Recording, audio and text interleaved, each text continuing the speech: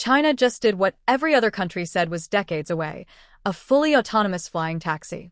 No pilot, no runway, no manual controls, and it's already carrying real passengers in real cities.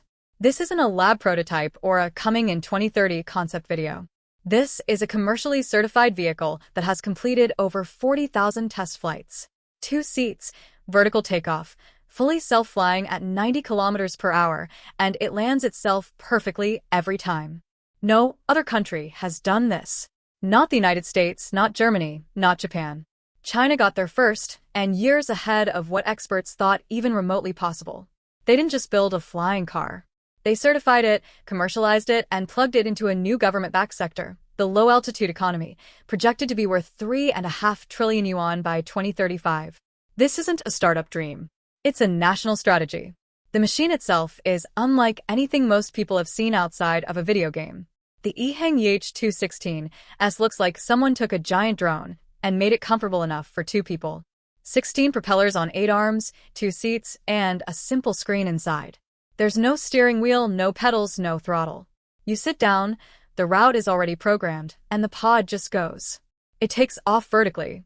It climbs, it navigates, it descends, and it lands completely on its own. The passenger's only real job is to enjoy the view, and if something goes wrong, a single button connects you to operators on the ground. This isn't experimental. In October 2023, China's Civil Aviation Administration issued the EH216s, the world's first type certificate for an autonomous passenger aircraft. A national aviation authority looked at this machine, put it through rigorous safety standards, and officially said, yes, this is fit to carry humans. No country had ever done that for a pilotless passenger vehicle before. Then in early 2025, EHang received the world's first air operator certificate for a pilotless electric aircraft, meaning it could officially start commercial operations with paying customers, real flights in real cities. The machine that looked like the future had just become the present. Over 40,000 test flights confirm this isn't a prototype. They know this machine works. Inside, the aircraft is almost deliberately simple.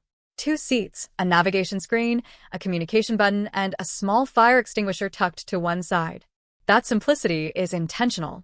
Removing the human pilot doesn't just cut costs. Human error is one of the leading causes of aviation accidents globally.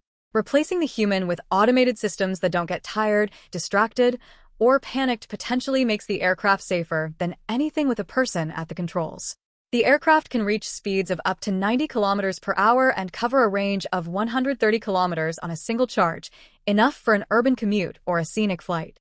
Right now, its biggest customers are tourism operators and government agencies for firefighting, surveillance, and law enforcement patrols.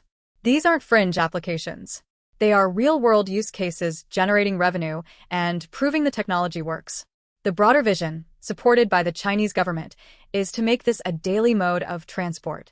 An air taxi network integrated into city life, like a rideshare app, but instead of a car, a silent pod descends from the sky, picks you up, and drops you off 3 kilometers away in under 5 minutes.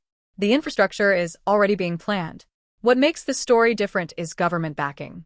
Startups around the world have been promising flying cars for decades, but almost all are still waiting for regulatory approval, infrastructure, or public acceptance. China skipped most of that waiting.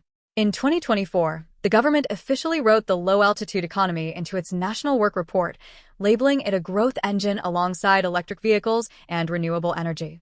Policies, local government support, and state-backed investment flow toward the sector.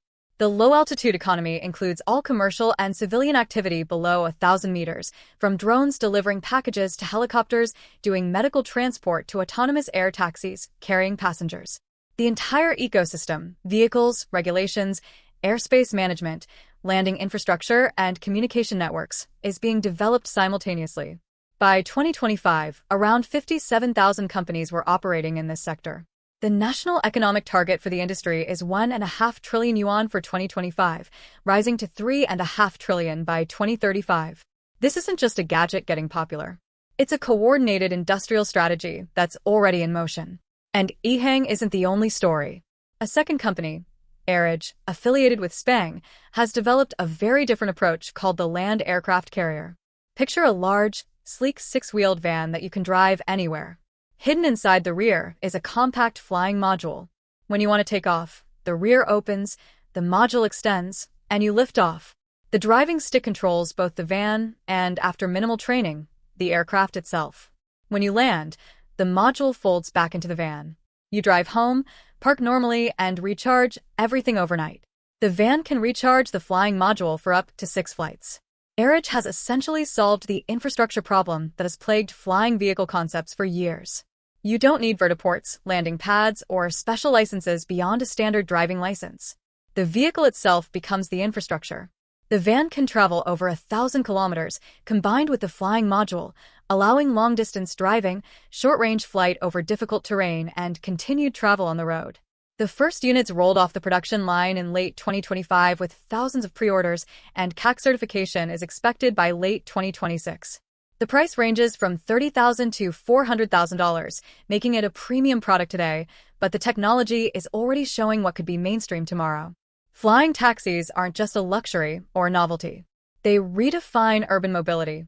Cities built for walking, horses, or cars face congestion that cannot be solved by building more roads. Airspace below 1,000 meters is almost unused. Low-altitude vehicles eliminate traffic jams, potholes, and traffic lights. Journeys that take 45 minutes by road could take under 10 minutes by air. Emergency services can reach any point in a city quickly. Rural and mountainous communities can access hospitals and markets in minutes instead of hours, narrowing the gap between urban and rural populations.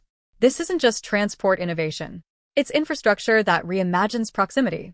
Perhaps the most significant change is psychological. Flight has historically required extraordinary machines, extensive training, and specialized infrastructure. Autonomous electric air vehicles are making flying ordinary. Something you could order on a phone, something tourists can experience on a weekend trip, something governments can use for emergency response without a pilot on standby. The technology exists. The regulations exist. The vehicles are being manufactured at scale.